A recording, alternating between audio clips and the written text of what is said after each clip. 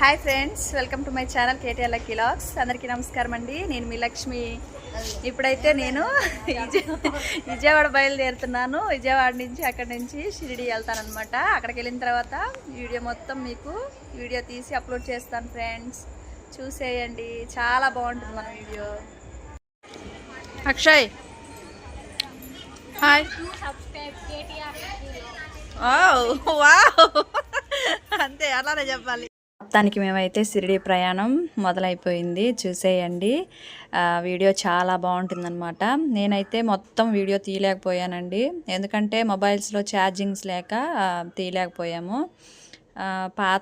పాత షిరిడి అయితే మాత్రం ఫుల్ ఫ్లెడ్జ్డ్గా మీకు చూపిస్తున్నాను, చూసేయండి. చాలా బాగుంటుంది. నా అదృష్టం అండి, నేనైతే ఇది సెకండ్ టైం అనమాట షిరిడి వెళ్ళడం. చూడండి, పాత షిరిడి. ఇక్కడికి వెళ్ళిన తర్వాత లోపలికి ఎంట్రన్స్ 150 రూపీస్ ఉంటుందన్నమాట. అంటే బాబా గారు ఇదంతా తిరిగిన ప్రదేశం అనమాట. చూడండి అసలు ఎంత చక్కగా, అసలు అక్కడ బాబా గారు ఉన్నట్టే అనిపిస్తుంది చూసినంతసేపు. ఫస్ట్ టైం వెళ్ళినప్పుడు అయితే నేనైతే చూడలేదు. ఇప్పుడు సెకండ్ టైం వెళ్ళినప్పుడు పిన్ని ఏం చేసిందంటే, మళ్ళీ మళ్ళీ చూడరు కదా అని చెప్పేసి పిన్ని ప్రతి ఇయర్ వెళ్తూ ఉంటారనమాట. ఈసారి నన్ను కూడా తీసుకొని వెళ్ళారు. అక్కడికి వెళ్ళిన తర్వాత చాలా హ్యాపీ అనిపించింది అనమాట నాకు. అసలు ఇంకొక ప్రపంచంలోకి వెళ్ళామేమో అనిపించింది అక్కడికి వెళ్తే. ఒక్కసారి వెళ్ళిరండి, మీకే అర్థమవుతుంది.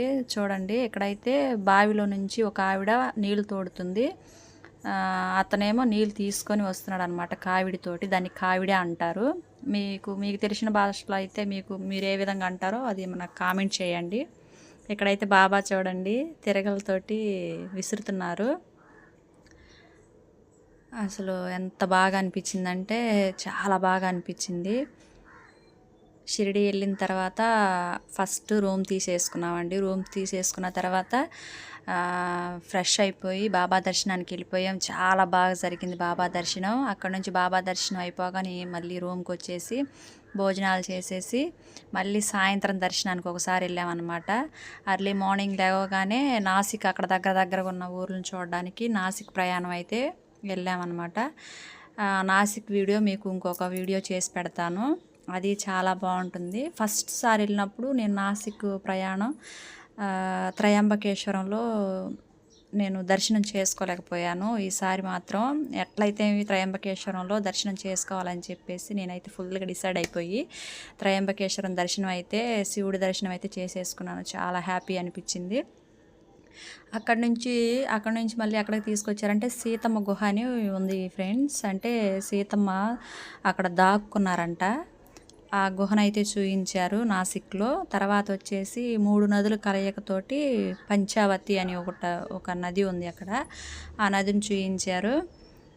అది అయిపోయిన తర్వాత అక్కడ నుంచి అర్ధనారీశ్వర టెంపుల్కి తీసుకెళ్ళి అర్ధనారీశ్వర టెంపుల్ చూయించారు. తర్వాత వచ్చేసి నల్లరాముడి గుడి అని చెప్పి నల్లరాముడి గుడికి తీసుకెళ్లారు. చాలా బాగా అనిపించింది. చివరిగా రూమ్కి తిరిగి వచ్చే టైంలో రాధాకృష్ణుడు అంటారు కదా ఫ్రెండ్స్, అక్కడ విగ్రహం ఆ గుడికి తీసుకెళ్ళారు.